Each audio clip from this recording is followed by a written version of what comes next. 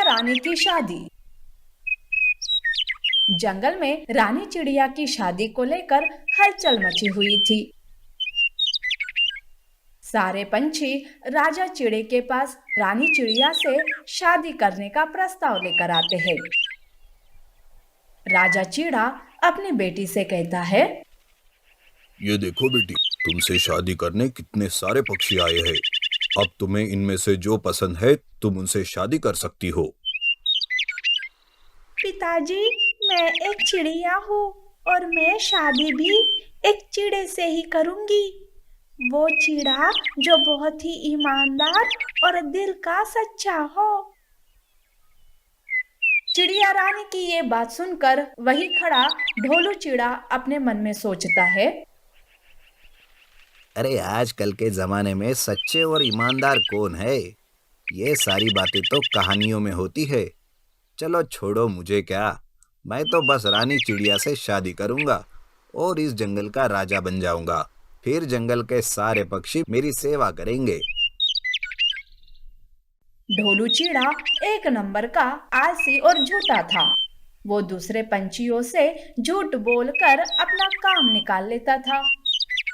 उसी जंगल में भोला नाम का एक और चिड़ा भी रहता था, जो बहुत ही भोला, सच्चा और ईमानदार था। वो भी रानी चिड़िया से शादी करने वहां आया हुआ था। वो मन ही मन में सोचता है, अगर मैं इस जंगल का राजा बन गया तो मैं इस जंगल के पक्षियों के लिए अच्छे अच्छे कानून बनाऊंगा और किसी को भी परेशान नहीं होने दूंगा। यूं वो दोनों चिड़े अपने अपने मन में सोच रहे थे कि रानी चिड़िया कहती है, मुझसे शादी करनी है तुम दोनों को। मेरे एक इम्तिहान में पास होना होगा।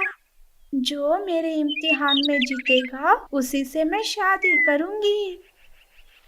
कैसा इम्तिहान? रानी चिड़िया उन दोनों को कुछ बीज देती है और कहती है, तुम दोनों ये बीज ले जाओ और खेती करो। जिसकी फसल अच्छी होंगी मैं उसी से शादी करूंगी। रानी चिड़िया की ये बात सुनकर ढोलू चिड़ा परेशान हो जाता है। उसे काम जो करना पड़ रहा था वो मन ही मन में सोचता है, अरे ये चिड़िया ने कैसा इम्तिहान रख दिया। अब मैं कैसे खेती करूंगा?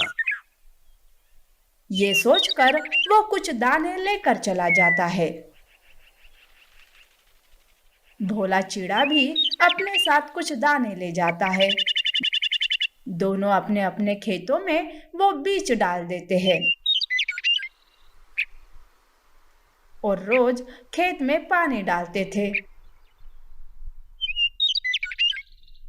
कुछ दिन बाद ढोलू चिड़े के खेत में पौधे उगते हैं, जबकि भोला चिड़े के खेत में कुछ भी नहीं।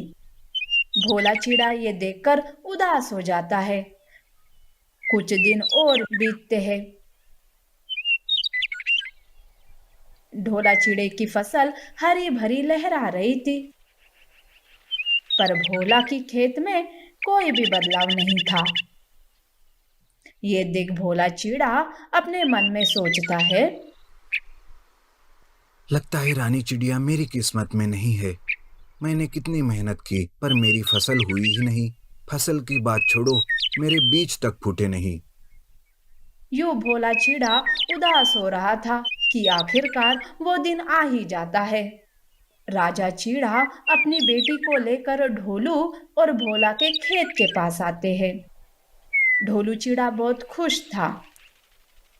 राजा चीड़ा ढोलू के खेत को देखकर कहते हैं, अरे वाह ढोलू, तुम्हारी फसल तो बहुत अच्छी आई है। और ये क्या भोलू, तुम्हारे खेत में पौधे तक नहीं उगे। राजा की ये बात सुनकर ढोलू कहता है, महाराज, मैंने दिन रात कड़ी मेहनत की है फसल को उगाने में। नतीजा आपके सामने है। अब आप रानी चिड़िया की शादी मुझसे करवा दीजिए। ये कहकर भोला चिड़ा उदास हो जाता है। तब राजा चिड़ा कहता है, भोले चिड़े, तुम्हें कुछ कहना है क्या। महाराज, मैंने दिन रात मेहनत की पर पता नहीं क्यों मेरी खेत में एक भी पौधा नहीं उगा। नतीजा हम सब के सामने है। मैं अपनी बेटी की शादी भोला चिड़ा से करता हूँ। ये सुनकर वहां खड़े सारे पंछी चौंक जाते हैं। ढोलू चिड़ा राजा चिड़ा से कहता है, महाराज, लगता है आपने गलत नाम ले लिया। फसल अच्छी मेरी हुई है तो चिड़िया रानी की शादी भी मुझसे ही होनी चाहिए। तुमने धोखा दिया है, झूठ बोला है। हमने तुम दोनों को उबले हुए बीज दिए थे जिनसे कभी भी फसल नहीं होती। भोला चिड़ा बहुत ही ईमानदार और सच्चा है, इसलिए उसके खेत में कोई भी पौधा नहीं उगा।